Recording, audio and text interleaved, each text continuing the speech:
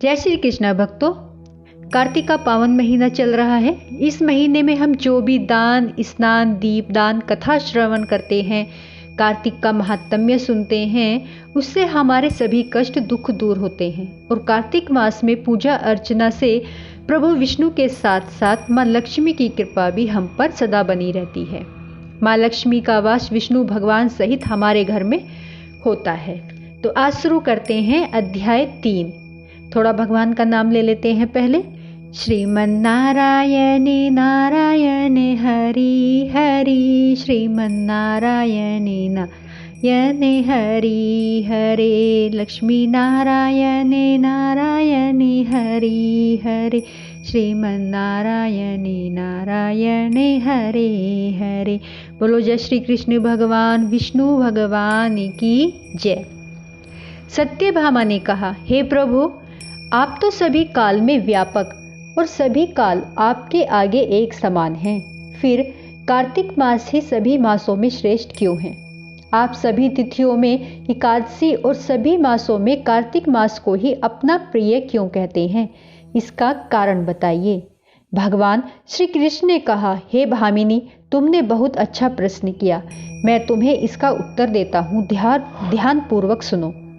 इसी प्रकार एक बार महाराज बेन के पुत्र राजा पृथु ने प्रश्न के उत्तर में देव ऋषि नारद से प्रश्न किया था, और जिसका उत्तर देते हुए नारद जी ने उसे कार्तिक मास की महिमा बताते हुए कहा, हे राजन, एक समय शंख नाम का एक राक्षस बहुत बलवान व अत्याचारी हो गया था। उसके अत्याचारों से तीनों लोकों में त्राही त्राही मच गई। उस शंखासुर ने स्वर्ग में निवास करने वाले देवताओं पर विजय प्राप्त कर इंद्रादि देवताओं एवं लोकपालों के अधिकारों को छीन लिया। उससे भयभीत होकर समस्त देवता अपने परिवार के सदस्यों के साथ सुमेरु पर्वत की गुफाओं में बहुत दिनों तक छिपे रहे।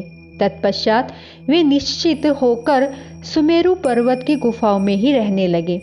उधर जब शंखासुर को इस बात का पता चला कि देवता आनंद पूर्वक सुमेरु पर्वत की गुफाओं में निवास कर रहे हैं, तो उसने सोचा कि ऐसी कोई दिव्य शक्ति अवश्य है जिसके प्रभाव से अधिकारहीन यह देवता अभी भी बलवान है। सोचते सोचते वह इस निर्णय पर पहुंचा कि वेद मंत्रों के बल के कारण ही देवता बलवान हो रहे हैं। यदि इनसे वेद छीन लिए जाएं तो वे बलहीन हो जाएंगे। ऐसा विचार कर शंखासुर ब्रह्मा जी के सत्यलोक से शीघ्र ही वेदों को हर लाया। उसके द्वारा ले जाए हुए वेद भयभीत होकर उसके चुंगल से निकल भागे और जल में समा गए।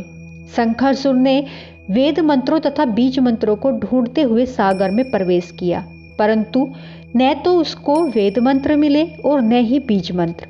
जब शंखासुर सागर से निराश होकर वापस लौटा तो उस समय ब्रह्मा जी पूजा की सामग्री लेकर सभी देवताओं के साथ भगवान विष्णु की शरण में पहुंचे और भगवान को गहरी निद्रा से जगाने के लिए गाने बजाने लगे। धूप गंध आदि से बारंबार उनका पूजन करने लगे। धूप दीप नैवेद्य आदि अर्पित किए जाने पर भगवान की निद्रा टूटी और वह देवताओं सहित ब्रह्मा जी को अपना पूजन करते हुए देखकर बहुत प्रसन्न हुए तथा कहने लगे, मैं आप लोगों के इस कीर्तन एवं मंगलाचारण से बहुत प्रसन्न हूँ। आप अपना अभिष्ट वरदान मांगिए, मैं अवश्य प्रदान करूँगा। जो मनुष्य अश्विन शुक्ल की एकादशी से देवोत्थान एकादशी तक ब्रह्म मुहूर्त में उठकर मेरी पूजा करेंगे, उन्हें तुम्हारी ही भांति मेरे प्रसन्न होने के कारण सुख की प्राप्ति होगी। आप लोग जो पाद्य, अर्घ्य, आचमन और जल आदि सामग्री मेरे लिए लाए हैं, वे अनंत गुणों वाली होकर आपका कल्याण करेंगी। शंखासुर द्वारा हरे गए संपूर्ण वेद जल में स्थित हैं। मैं सागर पुत्र शंखासुर का वध कर के उन वेदों को अभी ले आता हूँ।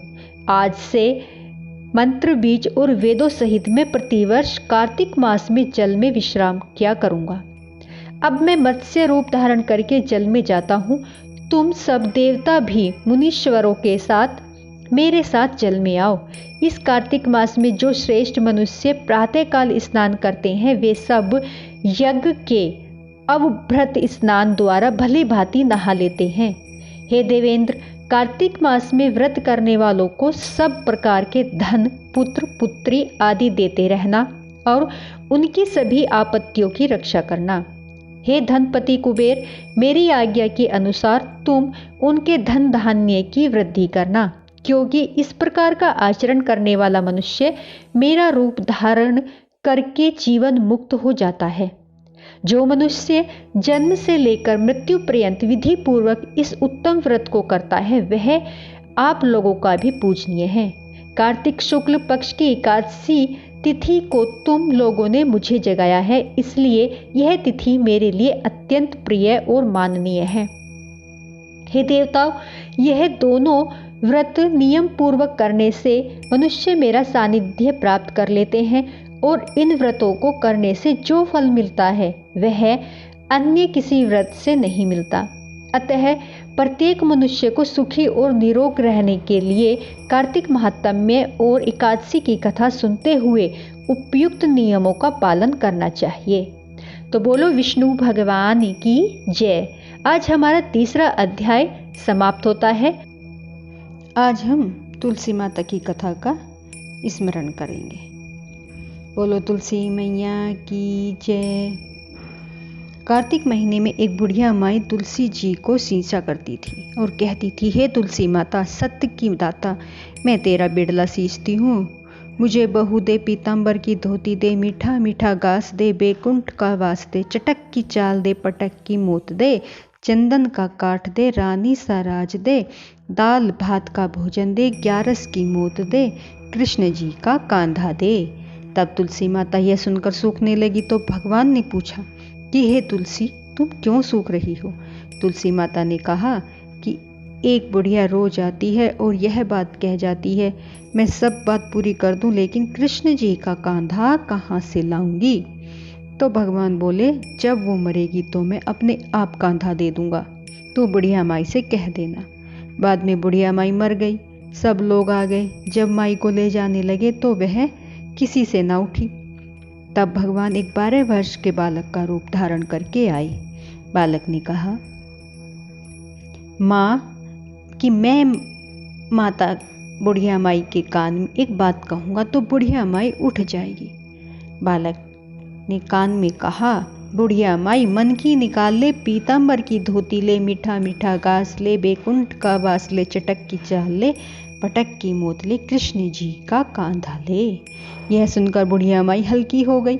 भगवान ने कांधा दिया और बुढ़िया माई को मुक्ति मिल गई। हे तुलसी माता, जैसे बुढ़िया माई को मुक्ति दी वैसे सबको देना। कहते सुनते हुंकारा भरते सबको मुक्ति देना। सब पर अपनी कृपा करना। बोलो तुलसी माता की जय।